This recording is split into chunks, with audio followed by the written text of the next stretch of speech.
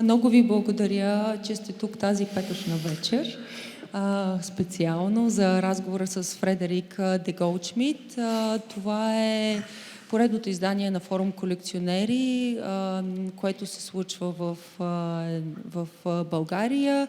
В рамките на форум колекционери ние, Фондация Отворени изкуства, каним международен колекционер, куратор в музей, галерия или куратор в колекция, които да разкажат за принципите на колекциониране. Много често това е свързано не само просто с придобиването на творби, но с образователния аспект на колекционирането, което за нас е изключително важно. В рамките на визитите на колекционери те посещават музеите, галериите, срещат се с художници, с други колекционери и опознават страната ни.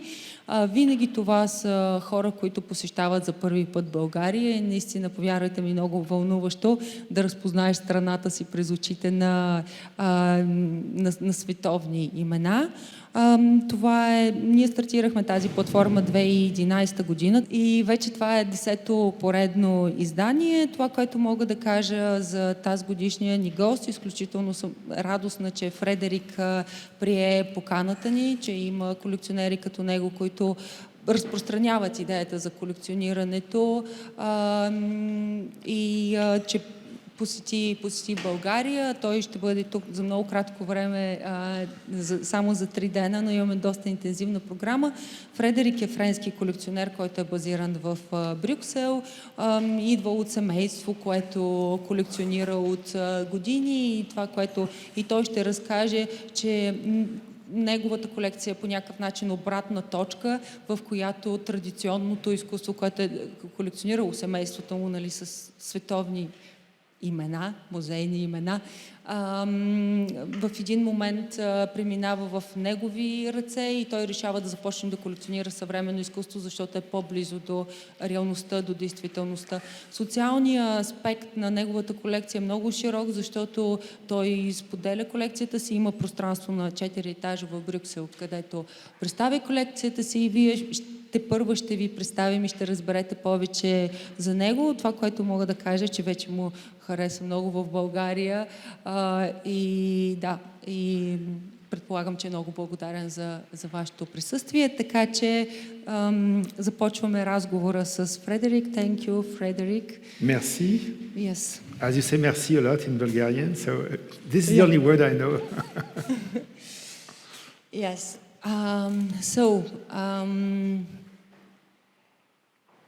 Maybe as a beginning, what are your first impressions from Bulgaria until I start the presentation? I'm very impressed and very happy and very proud. I was invited on national television the first day I arrived in the country, so maybe I heard that your politics were it was a difficult situation, so maybe I should run for president if after one day I'm already at that situation with such a large amount of people. I could start a new political party, maybe of the artists' party. So. Yes, we are two Bulgarians, so one and the other. Yeah, so... So let's start with your general idea of collecting, how you started collecting, what attracted you? I was always attracted by art because I was living already in an artistic, not background, but environment, because my grandmother was a collector and she had a lot of impressionist paintings in her house. So when I was visiting her, there was some very important works hanging in her house in Paris, and she gave me one when she died. But one important impressionist painting, which I could not really enjoy because it was too valuable to be put. Anyway, so at some point, after a lot of discussion between me, myself, and I decided to sell it and to invest or spend. I know, invest. That would be a question that maybe that you can have later. The proceeds to make a new collection. and make a new collection which would be made of a larger number of works of less financial importance. And I decided to spend about a year and a half of my life in investing, investing my time first, going to fairs and galleries and all that to look at artwork. No, but this is interesting. I organized an exhibition in Brussels. And this room is a little bit the history of things that I collected or had before I started really collecting, because I only started collecting in 2008. But before that, of course, I had works that were either in the family or that I bought as a young man. So this is a little bit the pre-history of my collection. The collection really started after that with a work. I think that you had it in the presentation, just one slide before, if I remember correctly. A work a work which you cannot really see on the right side, which is made with crumpled magazine pages in ice cube trays, which I saw at an art fair in Paris. At that time, it was called FIAC, and I really liked the work. But I visited on the last day of the fair, and the work was sold. So I asked the gallerist, "Is the artist going to make new works?" He said, "Maybe, so you have to come to his next show." So I kind of followed the gallery, the artist, and I came to the next show in May of the next year.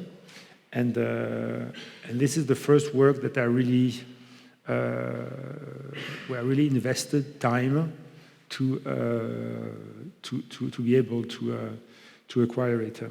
And then it's only a year later that I really devoted more time and more energy to make this collection.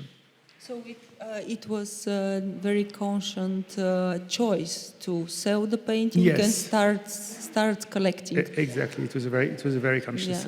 And may decision. I ask which was this painting? The artist. The artist was Edouard Manet, and the work was called "Boy with a Dog." And actually, there is a little engraving of the painting in the exhibition. So after selling the painting, I bought a little engraving of the painting to keep a little memory. This is very beautiful story. And when you first saw this artist, did you know about? Absolutely not. No. So it was you just visually attracted to this work. I was visually attracted, and I was also interested. Conceptually, even though it's not a high concept, but let's say the idea of using these ice cube trays in different ways was I found it interesting, and also it's crumpled pages from one magazine, which is a French magazine called Les Inrecuptibles. And I was interested in seeing that even though the pages were crumpled, you could recognize the magazine by the color, by the style. He made another one, which was made with crumpled pages from a mail order company, La Redoute, which is very famous in France, and you could recognize, even though it was crumpled, that it came from that magazine. So I like the idea. So here the image is very small. Yeah, the image is very small. So we see some paper cuts from the... Exactly. Yes. So I don't know if it's because of that first acquisition, or if there was something behind or before in my mind. But part of the direction that then my collection took, even though it was not conscious, was when I go very often for poor and unconventional materials. But that's something that I didn't know at the time because it was the first time. Yes. Yeah, that will you in the future you'll develop as your artistic eye and artistic practice to collect art from poor material, and that is transformed in something magical.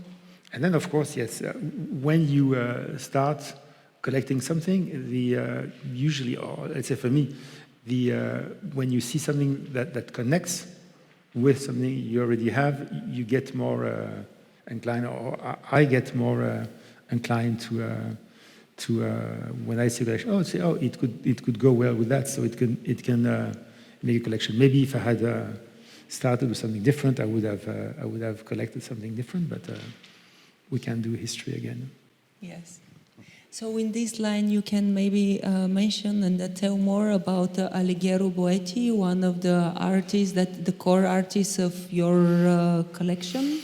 Yes, I can talk about Boetti and also of the and maybe of the Zero group because Boetti and the Zero group are the two let's say artists or groups which are most represented in my collection. One of the first group of artists that interested me when in 2008 I started collecting were the Zero group. Maybe we can go to the one after, to the one of Günter Uecker. So Günter Uecker, you've probably seen some of his works made with nails. This is his kind of signature in the art world. And as we were saying before, he manages by using something that everyone could use to make something magical, something special, just by finding the right ways of hammering the nails. So during this year and a half of hunting the exhibition and all that, and the Zero group interested me a lot. I also bought several works at auction, and it is something that I continue to do occasionally, even though I think that it's more interesting to encounter artists and to visit studios as we did today, and then to go to auction. But auction is also something important because it's also important to for me it's important to have some works from different countries, from different periods, and auction is a way to see in one time a lot of things. A little bit like fairs is a way to see a lot of things at one particular moment. So Boetti, yes, was so to just before we got that. So, no, but that's so. Boetti is an Italian artist from the 70s and 80s from the Arte Povera, and this work is called Zigzag. It's a work made with a lounge chair material. So it's also a product that you can find that someone could find that one could find at a grocery store, but he managed as Uecker with the nails to make an impractical design object, because you cannot use the lounge chair anymore, but you have an art object which combines a lot of elements. He was very interested in duality, Boetti. So there's a duality between the colors of the material and the absence of colors of the grid. There is a softness in the fabric and rigidity in the structure. And now we said that we would start talking about the The building and the collection that now that I opened last year, so it's a 1,500 square meter building in the center of Brussels on 7 floors. It's called Cloud 7, and we had this opening exhibition around the work and the life of Alighiero Boetti. And the building, I bought it six years ago.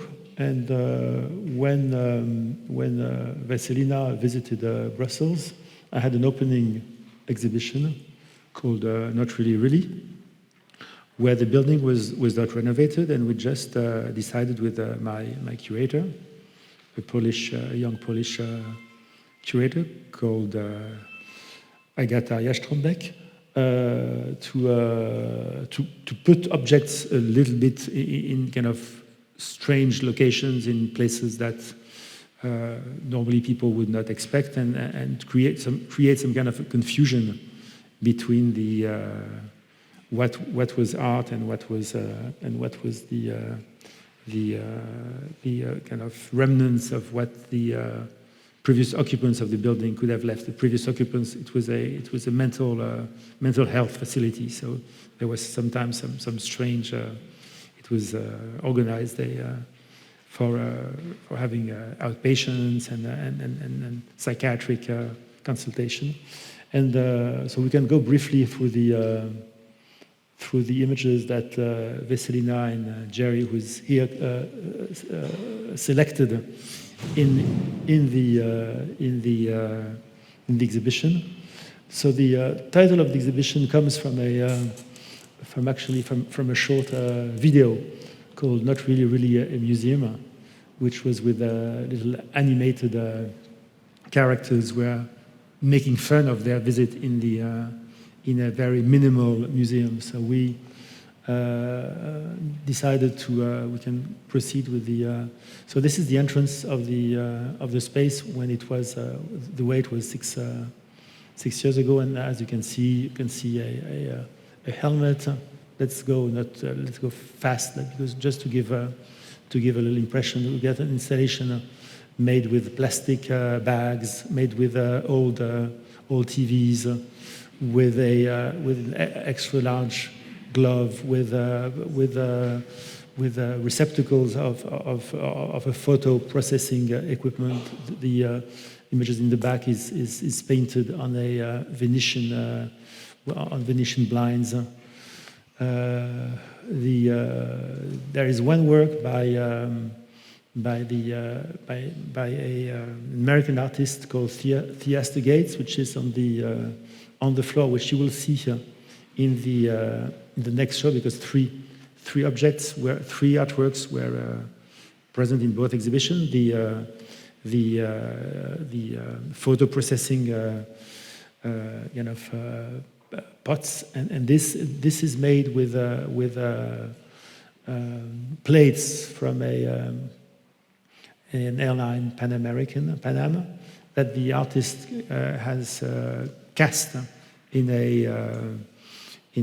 plaster. So these objects that were originally useful, a little bit like the lounge chair material of Boetti, became an artwork forever, kind of for a long period of time. And this is kind of a strong, very heavy work. So I hope it can last for a long time. Maybe you can go to the next slide. These are works which are made by an American artist. She blew in Mirando glass the car reservoirs that she found, because actually I didn't know that the water reservoirs in cars were made after the motor was made, to fill all the empty space. So every brand of car has a different type of water tank, water reservoir, and she mimicked in different color, and she mimicked them with a very delicate Murano glass, and the line is the line that the water takes in the motor to go from the reservoir to wherever it's supposed to go. Let's go a little bit further, because these were commissioned actually, yes, because sometimes I commission work by young French artists, and this room was one of the psychiatric consulting house, and he imagined a chair and a sofa, but what looks like an actual chair, an actual sofa, is actually made with cement. So if you want to sit on it, it's going to be very hard and very uncomfortable. So I think the title of the work is "Don't Lie on Me." So these are made with beer bottles by an Australian artist. These are made with old bottles by an artist from Madagascar, Joël Andriano Meharissou, that I like a lot. This is Christoph Weber, an Austrian artist. And so now we go to the new exhibition that I co-curated with Grégory Lang, so based on Boeti, as I told you. So the title is Inasperatamente, which means unexpectedly. So the idea was a little bit twisted, because the first exhibition, Not Really Really, was really unexpected, and this one is attempting to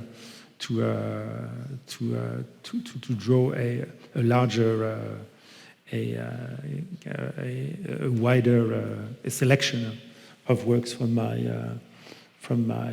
collection. Okay, so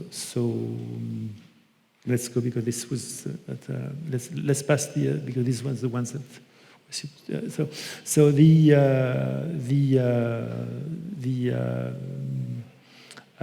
exhibition starts with 2 or 3 floors, 4 floors actually, on the concept that Boeti. That was very important for Boeti, which was order and disorder.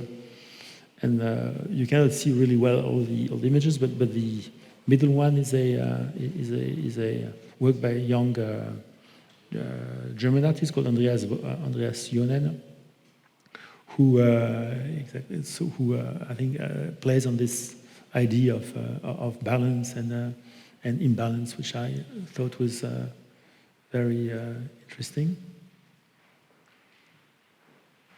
Let's kind of try to now kind of go a little bit, and let's kind of maybe you can ask me some question, and maybe Gary can go with the unless you prefer me to continue to. Maybe we can continue, and then I will ask questions. Okay. So we continue. So the large work is a work by Aline Mouvet, who is a young artist from Luxembourg who lives in Brussels, and I like the idea that it looked a bit like an explosion. So here we are really in a type of disorder. Next to it, there's a little small print by Bryce Marden, who's a very famous American artist. So I like the contrast of always having a kind of well-known or better-known names in art, and younger people. Here I have a question. Okay, good. When you are exhibiting your works, how you collaborate with curators, did you see these connections? Did you present it and exhibit it and found a place of each artwork? For example, this connection here. So we were very lucky with Grégory that we were supposed to open this exhibition in April 2020 during Art Brussels, and unfortunately or fortunately for us, The building was not ready, and two, Art Brussels 2020 did not happen because of the pandemic.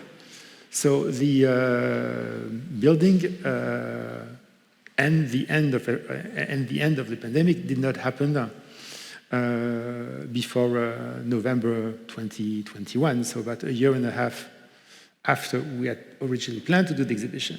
So the exhibition, which at the beginning was supposed to be only 4 rooms in a building that we knew would not be finished, but we said that we would kind of do 4 rooms in an unfinished building, became 19 rooms in an almost finished building. So the scope of the exhibition went much further, and during the first lockdown, we spent almost every day on Zoom with Gregory discussing the works.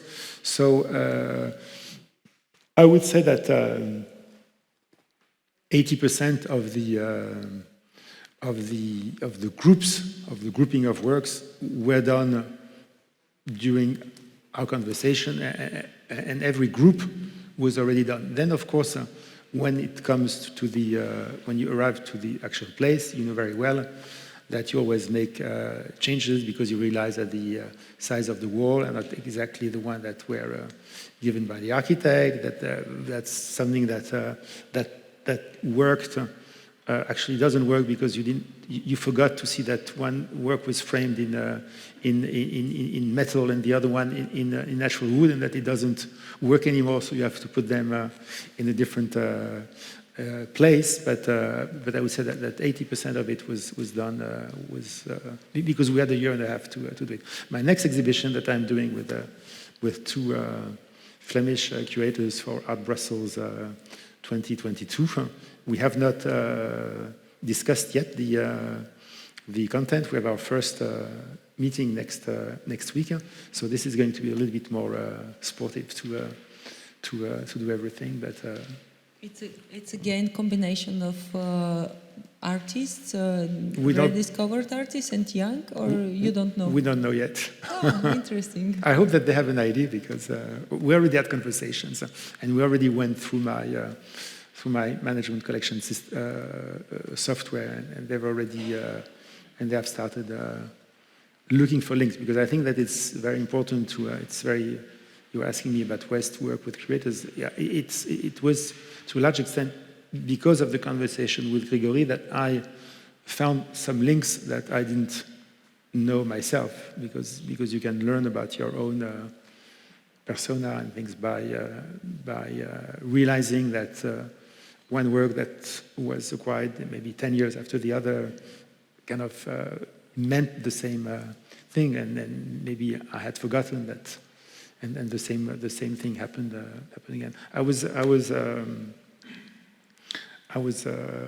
very I smiled a lot when I saw on Instagram a couple of days ago the post of Mark Spiegler. Mark Spiegler is the head of Art Basel, who's a very large player in the art industry, and he was quoted by someone who posted on Instagram. He was saying something like you cannot decide in advance on objective criteria who you are going to be attracted sentimentally. That you cannot decide in advance that this girl or this guy will make you want to go for him and based on specific criteria. Maybe after 10 or 20 years and several marriages, maybe you can say yes, he was more attracted by tall blonde girls, but you don't say, oh, I'm going to look for a tall blonde girl tonight. But so each work comes from something that you cannot express on rational terms, but there are links, and probably the two curators will find different links than Gregory. And I found, knowing that with Gregory it was easier because we had to find links that both were relevant for my collection and also relevant in Boetti's life. So our work was probably a little bit more, we had some interesting, some conceptual backgrounds. Yeah, it's very interesting what you are saying, because when a collector starts a journey, usually they don't know what's happening. Exactly. And in the beginning they say, I'm not a collector, I'm not a collector. Everyone is very protective to say, I'm not a collector. And then, of course, you are not becoming a collector just because you want to be a collector. And this is just a journey, and you need to start from somewhere. There is a Bulgarian collector that is in the audience, Nikina Delchev, who is saying, you need to make mistakes. If you don't make mistakes from the beginning, you don't know who you are. It's really a journey when you start and you follow yourself, and then in the dialogue you discover yourself by only keeping the works that you possess in your storage, in your house. You don't create dialogue. And I think the recent thing, the recent ideology behind the collecting, it's really to make the artworks of the collection a reason for dialogue and sharing and life around them. So to continue the life around the works. And you are a great example of this, because today at the national television you mentioned that first works that you started collecting, you presented in your flat and gathering people in the flat, and then... Not my flat, because my flat was too small to hang the artworks. So I owned a small commercial space downstairs in the street, which was empty. So this is how I started kind of showing works for me, and then inviting other people to share it. So actually, for me, collecting and exhibiting came almost at the same time, because I started exhibiting my newly acquired works only a year and a half, more or less, after I had started collecting. And as I told you, as I collected a lot during this year and a half, it was why I had to find a space, and why I wanted to make a show. Not really a show, but it was a kind of a selection of the acquisition. Do you think much before acquiring an artwork, or it's more spontaneous process? It was very spontaneous at the beginning, except that I was interested in this zero group. So I had one half of me that was spontaneous for everything contemporary, and one, let's say, half that was a bit more reflective for the historic works. But it's in let's say 80% of the time a very spontaneous process. But now I tend to be more reflexive and maybe wait a bit more now that I have this building, because strangely enough, when I did not have a space, I did not know what were the limits. So I bought, I'm not going to say that I made mistakes, but I bought works that proved very difficult to show, and that may stay forever in storage, because I did not think enough of how I could show them. So now, after having acquired a lot of works, now I think that I have a lot. So now I try to be a little bit more cautious and not risk to buy too many things that will never be shown. And another question: Do you still surprise yourself with how you react and what you like? Sometimes with this journey, Yes. you know very well yourself and your taste, but sometimes. Yes, it's true that for several years I stayed in kind of not safe grounds because they were already a bit out of the of what a lot of people collect, because I don't collect the big names in the market, but I've probably evolved over the 10 years from more not aesthetic, but maybe not conceptual, but maybe formal choices that attracted me at the beginning, to maybe things a little bit more personal, a little bit more linked with emotions and things like that, which maybe I was a bit afraid. So it took me maybe it took me like 10 years to realize that, and to be sometimes I like this work. Like, for instance, the work by, what is the name of the artist going on your staircase? That was at the gallery also today, of the Bulgarian artist. Sasha Stoytsov. Yes, exactly. Yes, that would not be necessarily my so this is very interesting work. Yeah, he's in the audience. Oh, okay. Yes. Okay. Very colorful, though. Yes. Yeah. You mentioned that in Bulgaria you see lots of colors. Yes, usually I don't have a lot of colors. We see. Maybe we can continue to explain why it is kind of a bit. As you can see, that it's not very colorful.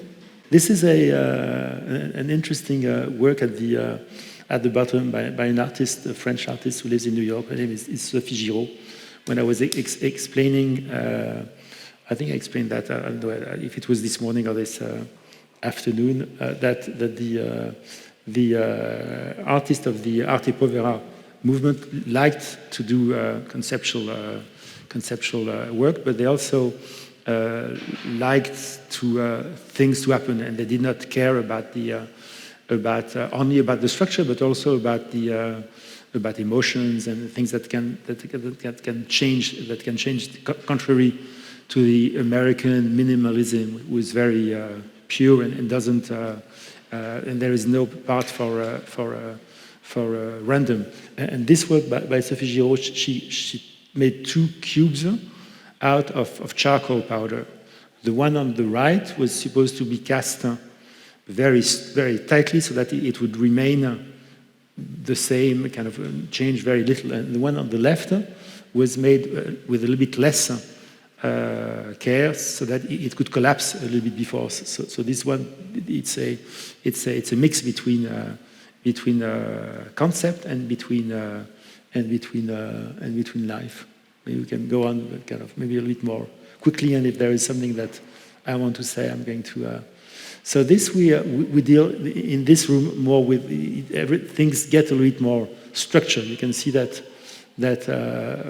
compared to the room before, the shapes are more. It's about lines and about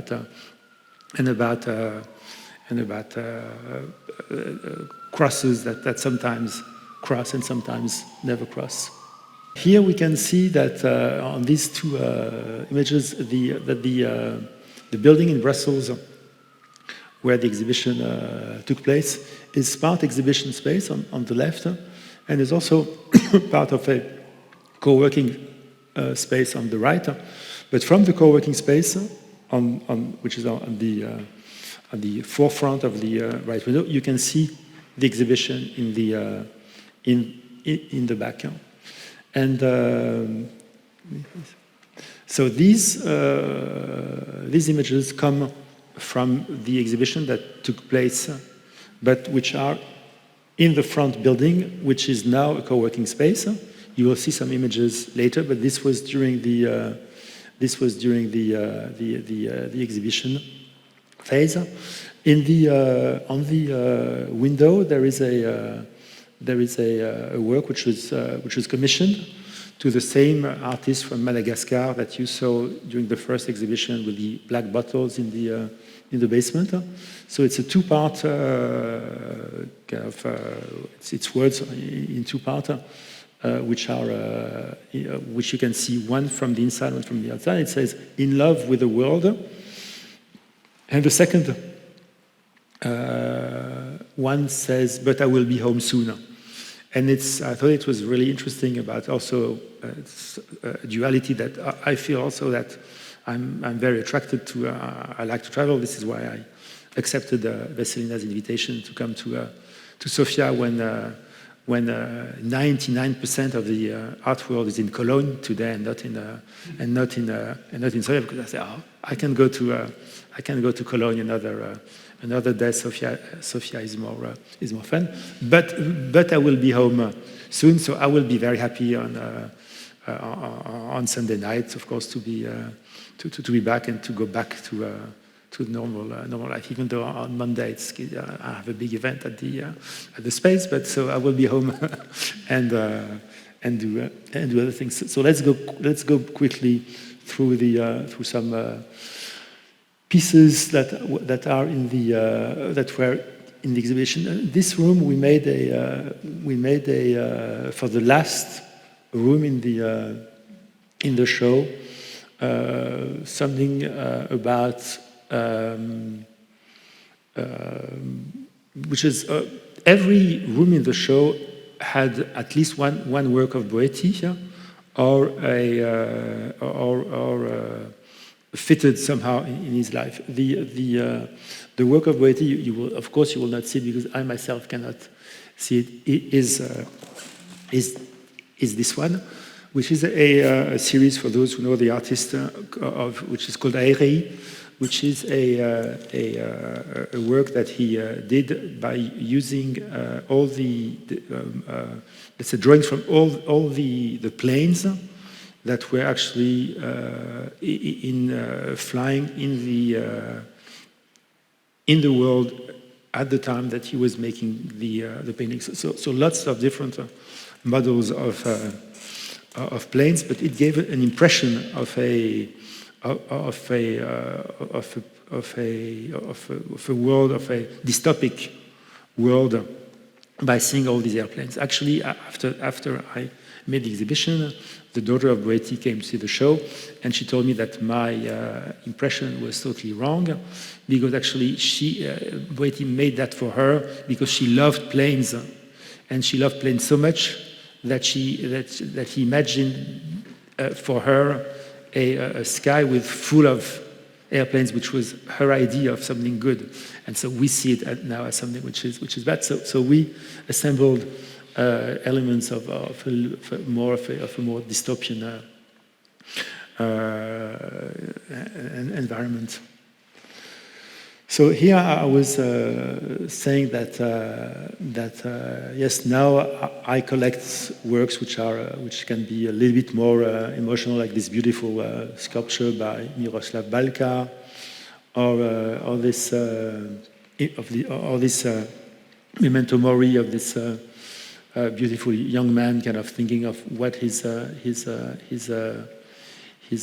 skull will look like when he dies. And we had also works on dealing with time, with space. Let's go. This is one of the first works of Boetti that I acquired, and it's a work made with a ballpoint pen. So actually, the technique is that he writes the alphabet, or let's say covers the paper or the canvas with all the letters of the alphabet, and then he decides of a sentence. Here the sentence is "Amazzare il tempo," which means to kill time. And and actually it's a kind of an exercise, of a mental exercise, then to read, to recognize what he meant. And the way to do that is that you have to match. So here it goes from A to Z, and you have to see where these little commas go. So it's A, M, M, A, Z, Z, A, R, E. So it's Amazar. So this is how you can read this is IL for il, and this is tempo. So he liked systems. And what I found very ironic is that then it's other people who with a ballpoint pen who cover what he has not covered with the letters. So it's a work which is delegated to other people, and it's called to kill time.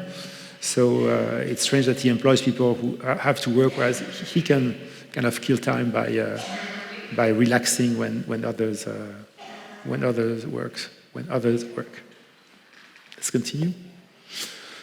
So this is a work by a German artist called Anne Imhoff, which was also part of this room, which included works that were either delegated to other people or performative, because she makes some kind of a performance, and it's the result of the performance that gets inscribed on the work. It's a work by Cory Arcangel, which is made by computer only, the one on the left.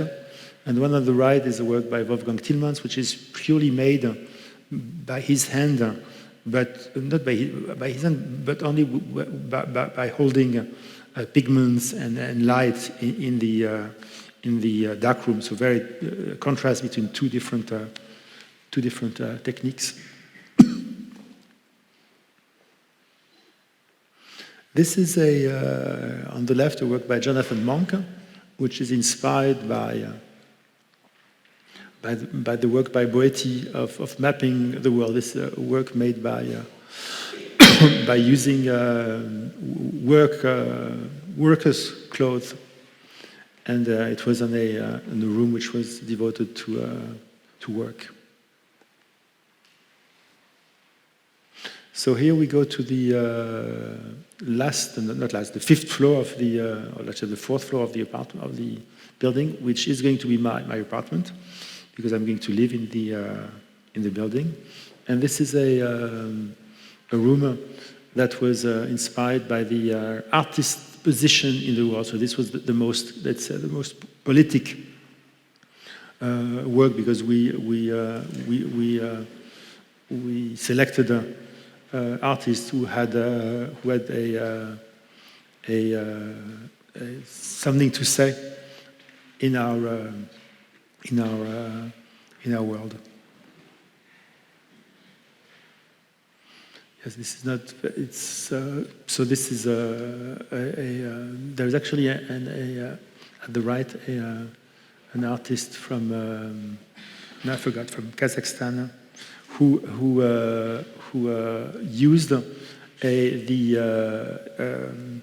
used pots, kitchen pots, to sculpt the peak communism, who is the frontier between Russia and Kazakhstan, and who changed names like 4 or 5 times during the 20th century. So it's a way to materialize the history and politics into something very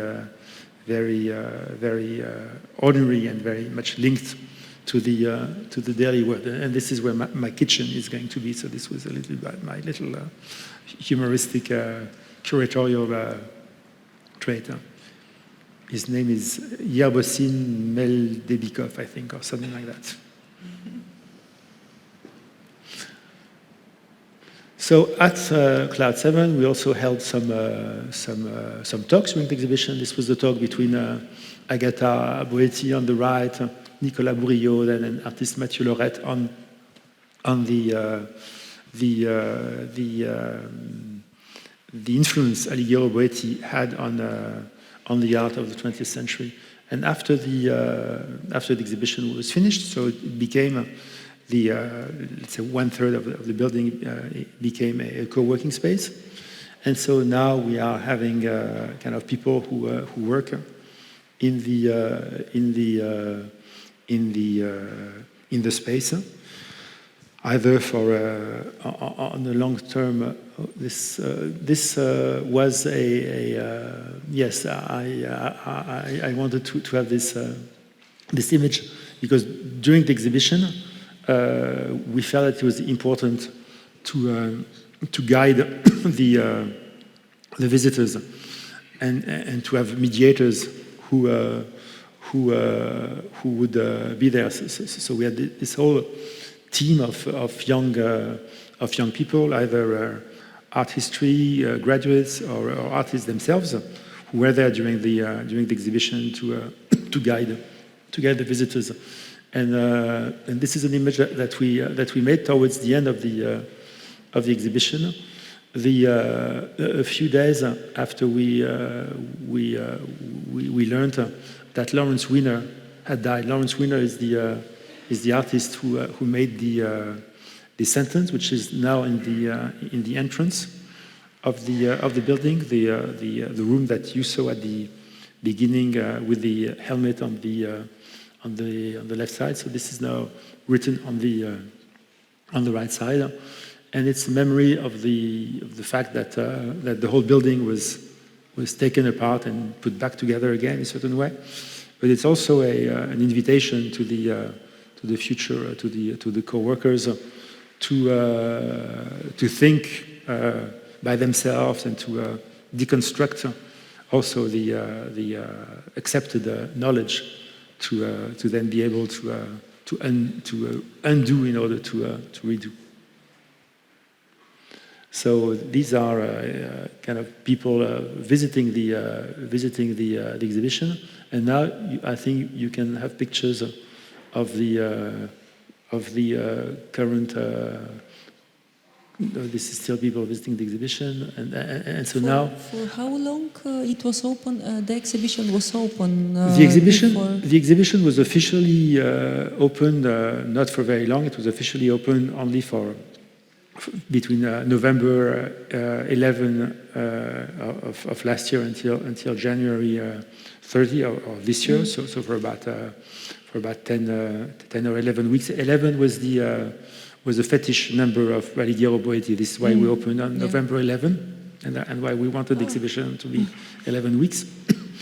But actually, 2 rooms, or let's say 3 rooms of the exhibition are still there 1 year after. And actually, it stayed open longer because, of course, in 11 weeks it was not enough. But part of but that's only in the back building, in the front of the building. So now it is offices. So we changed the hanging. It's no longer linked with It's no longer linked to Boetti, even though some works of the exhibition stayed there. You will be maybe able to witness them.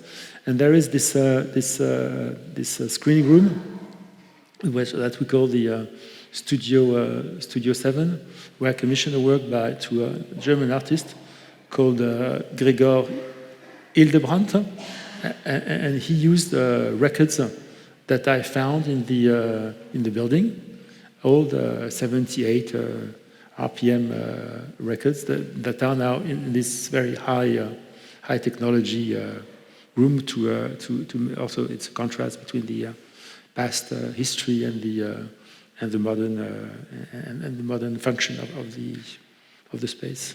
And may I ask you, after you presented the first exhibition in the new space, Yes. then you just put the chairs and tables, Yes. or just that? No, we changed the. Or you changed the exhibition for the yes, for the front from the front yes. for the people Yes. working there. Yeah, because it would not have been Yes. manageable. So we changed the spirit to have works which were a bit more lively, giving a little bit more energy. So this is why we had this cover by Andy Warhol. These are works by Richard Serra. So, but we kept some of the works. So you may remember on the slide, one of the first slides that where talked about this the work by Joël, In Love with the World. That the works on the right-hand side and the left-hand side, we kept them, but we removed 2 because, for instance, there were 4 works on the right wall by John Raffman, and we kept only 2 because it was too much for an it was okay for an exhibition, but too much for a co-working space. So we're also organizing events. For instance, here it was an event organized by a young artist called Leo Horta, who had a mix of design and art, but within the collection. So we had kept some works of the collection, and he chose works that for him entered in a nice dialogue. So for him the theme was sky and earth. So on both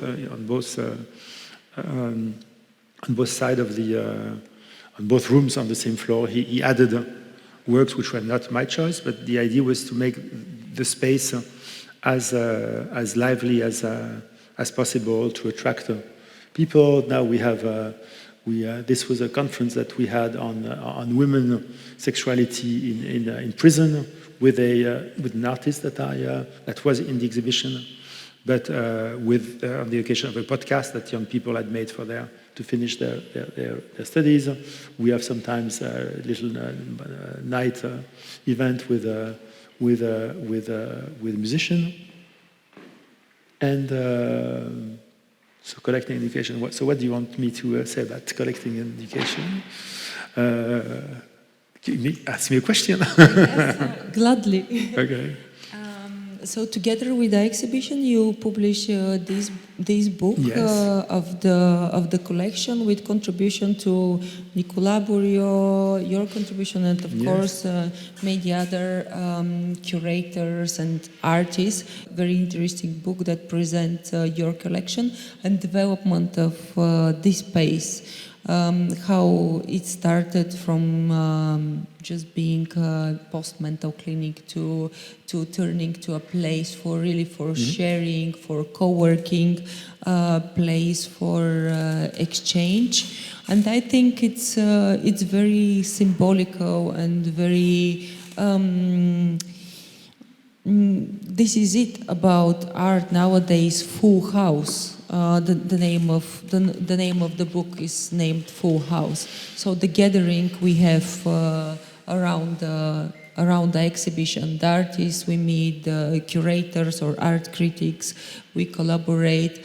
I'm really interested about the social aspect of your practice, your collecting, traveling so much. Every week you were in different places. When we were preparing this conversation, you were in Venice, in Torino, in Paris, in Barcelona, in so many places. Yes, this week discovering art. I counted that it was my 5th country in 7 days, so I'm even worse than an ambassador. But this is exceptional, and so yes, I felt that it was important to make a book because you can see a lot of things on the internet. By the way, yes, I was thinking when you asked me how long the exhibition would lasted.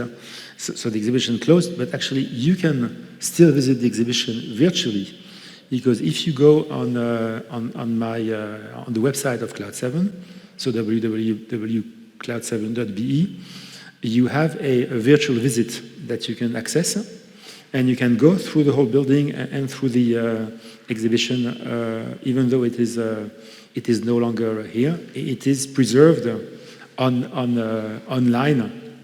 I don't know if it's going to be forever, but people who cannot travel to Brussels, they can come, they can attend virtually, and also people who can't travel can also get the book. And you found this image, which I didn't know that was kind of that you could find it online. But I was surprised a couple of months ago that I was asked to speak at a realty summit, at a place at a gathering of people who were interested in real estate. And actually, I was asked to participate at a panel on the evolution of real estate after the pandemic. And what they expected me to talk about was how art could be put inside of buildings, and how art could help the well-being of the employees and everything. So yes, I am now a little bit of an evangelist of art in the workspace. And as I said, I'm happy to come here to promote, let's say, values of including art in the workspace, because it is what I'm doing at Cloud7, and it is, I think, something that can only be more make an environment pleasant, whatever what would be the individual appreciation that we would have on the different artworks in this room, whatever the appreciation of the way it is hung, but it certainly makes this room much more pleasant, much more cozy than if it were a white cube with no feeling. So every it really helps us kind of live. Yes, this is very important nowadays, to have a real meeting with art. Sometimes art in building can be very formal, of course, just because this is the rule, but sometimes can be real connection and sharing, and because, for example, to have such a precious work in these places, in shared places, it's really, you risk a lot. We, in the selection of works that we decided to put in the co-working space, of course, we selected works that were not as fragile, that were not too expensive. That so of course it's required, but of course still it is something that in most offices people don't have. And the next show is taking place during Art Brussels, yes. So we are all invited to come. All invited to come, of course. To come and yes. see. And talking about your involvement with the art world, can you tell us more about your experience? Oh, yes. Yes, I was. You are connected to lots of institutions like Le Prix Les Amis du Palais de Tokyo. Yes, the friend circle of Palais de Tokyo and KANAL and different art fairs and initiatives. So this was the last kind of Prix des Amis du Palais de Tokyo, which is given every year by Palais de Tokyo, which is one of the largest art center in Paris, and every year the friends, so the benefactors, let's say, of the Palais select kind of select an artist, but from artists which were proposed by other members. So it's a very collaborative process where friends of the Palais suggest names, and then there is a jury who selects 3 finalists, and then the whole association votes for one artist. So I enjoyed very much doing that because it involved visiting a lot of artist studios, and it also involved the friends in trying to go themselves and look for young artists to introduce. So it's a way to involve different levels to introduce artists to collectors. Here I am with the three finalists on the right, and with the winner on the left. He's a painter called Rakaju, and I hope that I'm sure that the prize will give him some more energy for his career. And there was also you put so here it's the new KANAL Centre Pompidou in Brussels, where I'm involved in the acquisitions committee. So what we'll try to will be very challenging, because it's a new institution that is starting a collection from scratch, and it's really a responsibility to choose the artworks. This is another initiative that I was involved. It was at a fair called Art on Paper, where I was asked to present works from my collection and to create a pop-up workspace within the art fair. So it is also the type of initiatives which I think can bring artists and collectors closer, and always find new ideas to show the things that I like, and to try to promote the artists that I appreciate.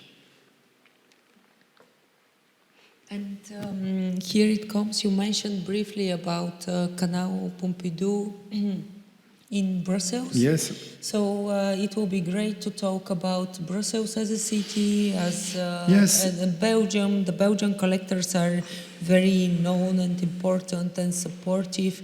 It's described that the Belgian style of collecting, it's much different than, for example, collectors in the United States and so on. Can you tell us more about this? Yeah, Brussels is a very interesting city, because it's a very cosmopolitan city. It's the city after Dubai with the largest amount of nationalities who are officially residing in the city. This is the building Cloud 7, but of course, we have lots of other institutions which are not as famous and as big as Centre Pompidou or the Tate Modern or MoMA, but we have a very interesting art center called Wheels, which has a lot of very interesting exhibitions, and it's an environment where Brussels, where people are very friendly. And and people from different, let's say, different who have different roles in the society and in the art world, can connect very easily, kind of from collectors to art handlers. We meet a lot because there are not as many events and location as there are in London, for instance, where there are always kind of 20 things happening the same night. At least in Brussels, there are only, let's say, 2 or 3. So we'll meet and mingle, I think, on a more relaxed basis than people do in Paris, New York, London, and this is probably why I was. And also one of the economic reason is that real estate is pretty cheap, and this is probably why it is why I was able to buy a 7-story building in the center of Brussels for a low price compared to other cities. I was even told by Stefan Nikolaev, thank you for being here, that the price of real estate in Sofia is sometimes more expensive than in Brussels, which is strange. So one good thing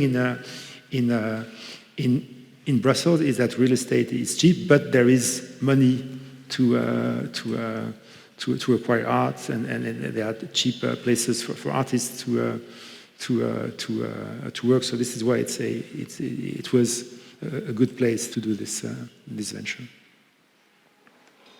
So these are other Brussels institutions like Beaux-Arts and of course the Museum of Fine Arts. Wills that I mentioned, so the most innovative, the art center where good exhibitions are always there. And of course, around Belgium there are lots of collectors, collection. There was a Bulgarian collector that was collecting Bulgarian art. I don't know if you're familiar, Hugo Wooten, who had a huge center. He discovered Bulgarian art, let's say more traditional, and in his center is still presented Bulgarian art. So I feel like Belgian collectors are very curious to see more. Of course, you are French, but you are somehow associated with this vibration of discovering, being adventurous, sharing. So it's a common style somehow. That is important. Exactly, yes. Today we had a question in the national television about collecting, that collecting in Bulgaria need to be supported because there are no regulations. Still, the VAT on Bulgarian contemporary art is 20%. There is no there are no rules in. I mean, like the government level, they don't support collecting. So how is in Belgium and Belgium and Paris? Don't tell your fiscal authorities, but it is 21% also in Belgium and in France. But you can do the VAT on the margin. So there is a system that actually the galleries don't necessarily add 21 or 20%.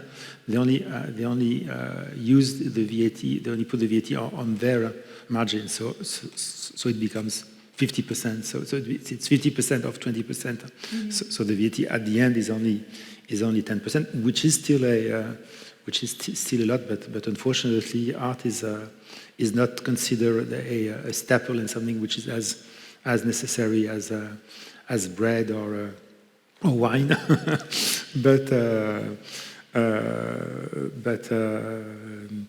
maybe at this point, I don't know what was your question and where I was now with the VAT, but instead of trying to continue by myself, maybe it would be better that we give the mic to the floor, not for more specific questions. Yeah, I think so. Do we have a question? Имаме ли въпроси от аудиторията? Може да преведем? Да. Thank you, and thank you, Frédéric. That was really interesting. But you said one thing that when you decide to buy art, you are actually always impressed by the idea. And we know, obviously, that not every idea becomes art. So what's this link, in your opinion? What's this requirement that one idea, especially in the modern art, becomes really art, not just an object which is sitting on the floor? Thank you. That's a very difficult question. So first, thank you very much, Madame l'Ambassadeur, so to be here tonight with us. I had the opportunity to spend some time in Brussels with Jasna Ujanovic, who's the ambassador of Croatia here in Sofia. So there has been a systemic paradigm change in the beginning of the 20th century, first with Marcel Duchamp, who decided that a urinal could become art if it is signed by an artist. And I think that there was also another paradigm shift with the advent of photography, because before photography, one of the main responsibility of the artist was to reproduce the environment, the life, the portrait, except in maybe Islamic art, which was already more abstract because you couldn't represent the human figure. But the art of the 20th century, the artist had to find something else, had to go beyond representation, and I think that this is why the artists today cannot it is not sufficient to draw well. It is not sufficient to paint well, and this is why in the art schools, in the good art schools, because they are art schools which are not always who don't necessarily follow this. They try to let the students find their style and find something to do. And this is why I think that it's really important for an artist to combine at the same time something aesthetically pleasing, because as a private collector, I will not want to have something that is too shocking, that is too violent, that is that is ugly, but something that adds something to just a representation of reality. I expect the artist to push the view a little bit outside of his or of her comfort zone to leave the room with the impression that oh, there is something that I did not think about. So it can be an ordinary object on the floor, but it has to be positioned somehow with the caption, with the way it is presented, that will make you think, oh, this is clever. This is something that I had not thought about, and that will make your day. Hi. Did you collect photography? And how is the photography take place in your collection? And how important is around? How is photography in my collection? I don't discriminate. I don't choose to go for one medium than the other. Photography is present in my collection, And I think that what is more present than photography, I'm trying to think as I answer, is maybe photograms and ways of using photography to do something different. It's the how to use the medium of photography to show reality in a different way. For instance, one of the I think the last work I bought, yes, I think so, or one of the last was at a let's say not student show, but a show of residents at a place in Paris called Push, where they have artist studio, and it was a series of cyanotypes that one of the artists made, representing the trajectory of the sun on the paper, and he had placed it in front of plants, so you can see a plant, you can see the evolution of the trajectory of the sun. So it was something that included that was like a photo, but it also included the element of time, because you could imagine the trajectory of the sun, and it was not only the representation of something, but also one of the when I was telling about this room, this dystopian work room next to the largest work is a photograph by an artist, by a Swiss artist who lives in Berlin called Julien Charrière, who went to the Bikini Islands to photograph the places where the Americans held their atomic tests. But what he did is that he also took some sand from the beach, and then he put some of the sand on the negative of his photo, and as the sand was radioactive, it made a kind of a second exposure on the photo to give a sense of reality and of the connection of the photo to the space. So I think that in photography, I like when there is some extra layer.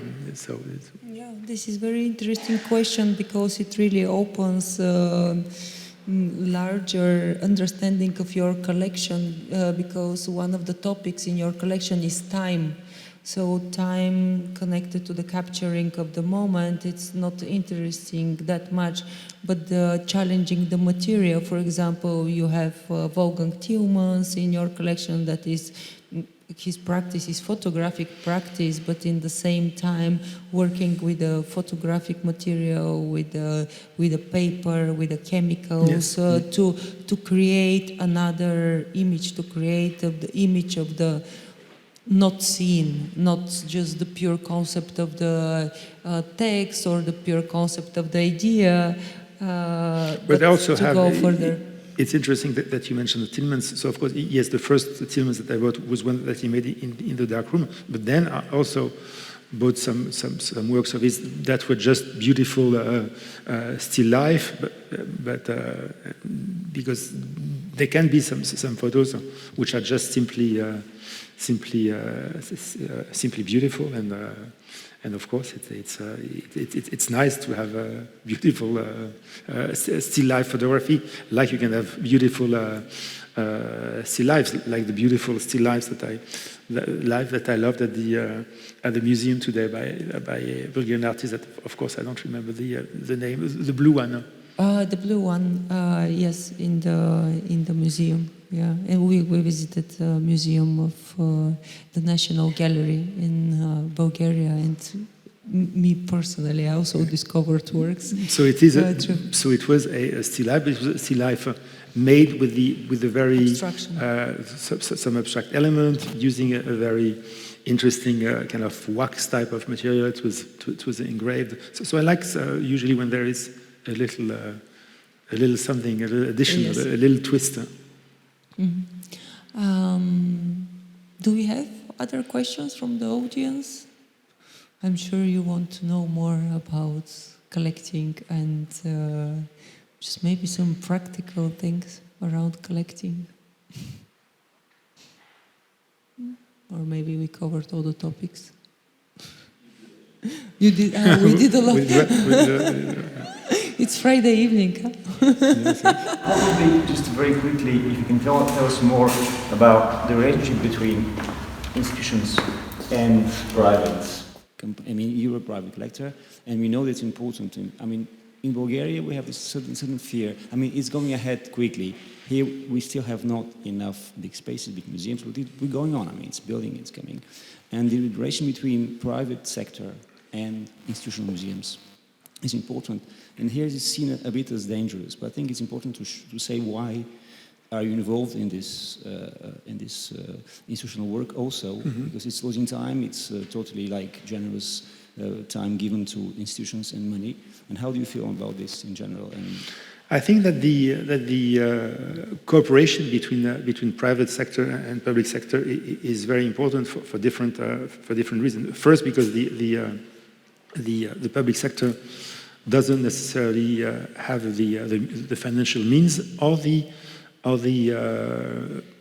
have this bureaucratic and this institutional rigidity, which prevents them from acting fast. For instance, I had dinner during a Paris Photo, which is this photo fair that took place in Paris last week, not far from Alfred Pacman, who was the director of Centre Pompidou at that time, and at the time when Christian Marclay is an artist who works a lot with video and with found footage, and he has in one of his most famous works is a video called The Clock. And so The Clock he and his team researched for a long time to find in film footage 24 hours of representation of clocks from 000, 001, 002, and all that until 23:59, and it lasts 24 hours because each clip lasts exactly 1 second. So it was a huge undertaking, which was of course extremely expensive, and so he decided that he would only make 5 editions. So there was only five. So the production cost had to be divided by 5, and so the museums could not afford. Many museums, the Centre Pompidou could not afford it by themselves. The Tate Modern could not afford it by themselves, and so they decided, for instance, Centre Pompidou, Tate Modern, and also the Museum of Tel Aviv or Jerusalem, to buy it.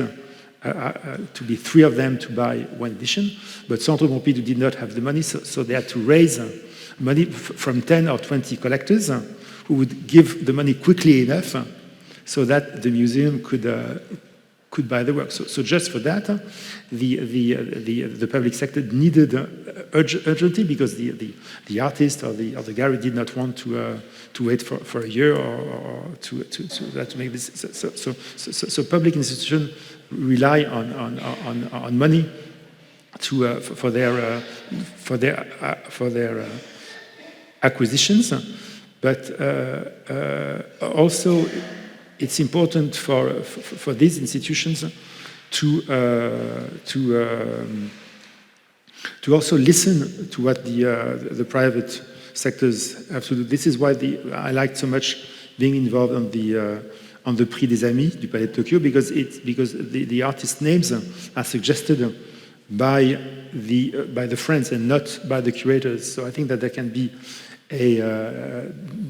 things that private collectors can sometimes do better than than professional curators because they can think a little bit more out of the box without having studied the art history or anything. If they like it and if they want it, they will buy it, and then maybe in 5 years, in 10 years, in 50 years, the museums who will not have thought of it will be very happy to try to get it from them or from their heirs. It's great to know that when you want to do something, there is always a way, and collaboration is very essential between collectors, museums, your colleagues. It's not that Pompidou wants to have best collection better than Tate Modern. No, it's to be together, and I think really it's a very important conclusion of our conversation. And would like to thank you, Frédéric, very much for... Thank you, Vesselina, for having invited me, and to the Bulgarian people to welcome me so warmly. Thank you very much also.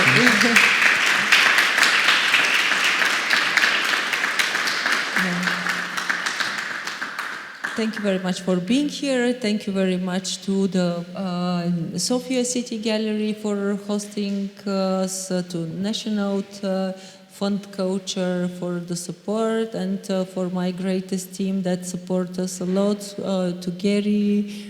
And, Thank you very much. Yeah, to Gary, who made the PowerPoint that helped us go through this presentation. Yeah, to Vladi, that traveled from Plovdiv to here to film this conversation, so it's available online later on. Thank you very much, and have a nice evening. Thank you. Yeah.